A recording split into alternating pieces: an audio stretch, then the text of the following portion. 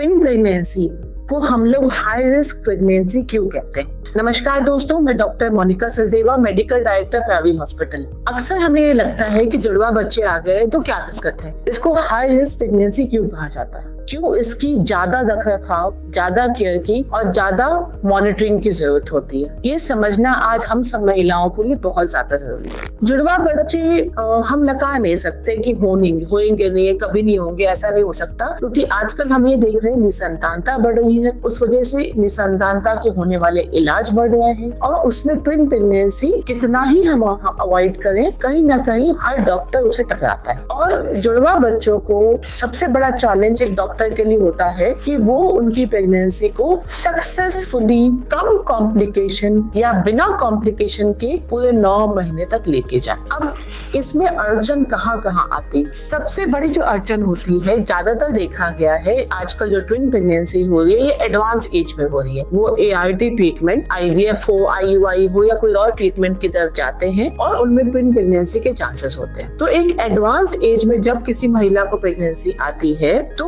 उनके प्रेगनेंसी के दौरान BP बढ़ने का और शुगर बढ़ने का रिस्क सिंगल प्रेगनेंसी में भी होता है और ट्विन प्रेगनेंसी में ये दुगना हो जाता है। तो सबसे बड़ी जो रिस्क होती है, जो टेंशन होती है, वो इस बात की होती है कहीं महिला का शुगर तो नहीं बढ़ जाएगा, कहीं महिला का BP तो नहीं बढ़ जाएगा। उसके बाद सेकेंड चीज जो आती है वो है इन्फेक्शन की टेंडेंसी इन महिलाओं में ज्यादा होती है। वैसे ही यूरिन इन्फेक्शन के चांसेस ज्यादा होते हैं प्रेगनेंसी में, वैसे ही वेजाइनल इन्फेक्शन होने के चांसेस ज्यादा होते हैं प्रेगनेंसी में, और ये सब बढ़ जाता है ट्विन प्रेगनेंसी में। अगर ये इन्फेक्शन को टाइमली ट्रीट नहीं किया गया तो प्री टर्म डिलीवरी के चांसेस ज्यादा हो जाते हैं ट्विन प्रेगनेंसी में। प्री टर्म बच्चे के अपने बहुत सारे कॉम्प्लिकेशंस होते हैं। कई बार उनकी डेवलपमेंट प्रॉपर नहीं होती, उनके लंग्स डेवलप नहीं होते, उनके आईज डेवलप नहीं होते, उनके ईयर्स डेवलप नहीं होते और उनका NICU स्टे भी बढ़ जाता है। ट्विन प्रेगनेंसी में एक और समस्या जो देखने को आती है वो है कि एक ट्विन काफी अच्छा हो जाता है साइज में, एक ट्विन का साइज कम हो जाता है। मतलब ग्रोथ रिटार्डेशन के चांसेस ट्विन प्रेगनेंसीज में ज्यादा होते हैं। ये भी अपने आप में एक बहुत बड़ा कॉम्प्लिकेशन।